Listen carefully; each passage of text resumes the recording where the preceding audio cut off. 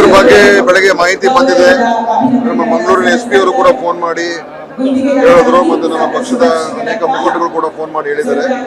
ಅತ್ಯಂತ ಒಂದು ಕ್ರೂರವಾದಂಥ ಘಟನೆ. ಅದು ಒಂದು ಹುಡುಗಿಯ ಮೇಲೆ ಕೇರಳದಿಂದ ಬಂದಿರೋರು ಇಲ್ಲಿ ಮಾಡೋಗಿದ್ದಾರೆ. ಅದ್ರ ಬಗ್ಗೆ ಈಗಾಗಲೇ ಪೊಲೀಸರು ತನಿಖೆ ಮಾಡ್ತಾ ಇದೆ. ಯಾವ ಉದ್ದೇಶದಿಂದ ಮಾಡಿದ್ದಾರೆ, ಬಹುಶಃ ಅದಕ್ಕೆ ಏನೋ ಒಂದು ಪ್ರೇಮದ ಒಂದು ಜಾಲನೂ ಕೂಡ ಇರಬಹುದು.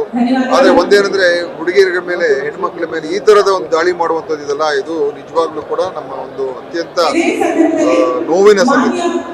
ಅವ್ರಿಗೆ ಅವ್ರ ಮೇಲೆ ಈ ರೀತಿಯಾದಂಥ ದ್ವೇಷವನ್ನು ಸಾಧಿಸ್ತಕ್ಕಂಥದ್ದು ಅಥವಾ ಅವ್ರ ಮೇಲೆ ಏನೋ ಕೋಪ ಇದ್ದಕ್ಕೋಸ್ಕರ ಇಂಥ ಮಾಡುವಂಥದ್ದು ನಿಜವಾಗ್ಲೂ ಕೂಡ ತಲೆ ತಗ್ಸುವಂಥ ವಿಷಯ. ಆಗಲೇ ಪೊಲೀಸವರು ಅವ್ರು ಯಾರು ಮಾಡಿದ್ರು ಅಂತ ಕೂಡ ಅವ್ರಿಗೆ ಗೊತ್ತಾಗಿದೆ ಅಂತ ನನಗೆ ಹೇಳಿದ್ರು. ಮತ್ತೆ ಅವ್ರನ್ನ ಆದಷ್ಟು ಬೇಗ ಅವ್ರನ್ನ ಅರೆಸ್ಟ್ ಹಿಡಿತೀವಿ ಅಂತ ಕೂಡ ಹೇಳ್ತಾ ಇದ್ದಾರೆ.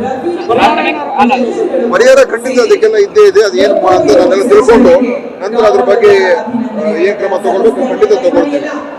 ಹುಡುಗಿಯ ಆರೋಗ್ಯ ಅದನ್ನ ಚೆನ್ನಾಗಿ ನೋಡ್ಕೋಬೇಕು ಮತ್ತು ಅವ್ರಿಗೆ ಆದಷ್ಟು ಅವ್ರಿಗೆ ಸಹಜ ಜೀವನಕ್ಕೆ ಬರ್ತಕ್ಕಂಥದ್ದಕ್ಕೆ ಎಲ್ಲಾ ರೀತಿ ಸಹಕಾರ ನಾವು ಕೊಡಬೇಕು. ನಾನು ಈಗಲೇ ಹೇಳಕ್ಕಾಗಲ್ಲ, ತನಿಖೆ ಆಗಲಿ. ಆದ್ರೆ ಬಹುಶಃ ಇದು ಹುಡುಗ ಮತ್ತು ಈ ಹುಡುಗಿಗೆ ಏನಾದ್ರೂ ಒಂದು ಪ್ರೇಮದ ಒಂದು ಸಂಬಂಧ ಇರ್ಬೋದು ಅಂತ ಅನ್ಸುತ್ತೆ. ಆದ್ರೆ ಇನ್ನೂ ಎಲ್ಲ ಪೂರ್ತಿ ತನಿಖೆ ಎಲ್ಲ ಹೋಗ್ತಾರೆ. ನಾನು ಹೋಗ್ತಾ ಇದ್ದೀನಿ ನಾಳಿದ್ದು.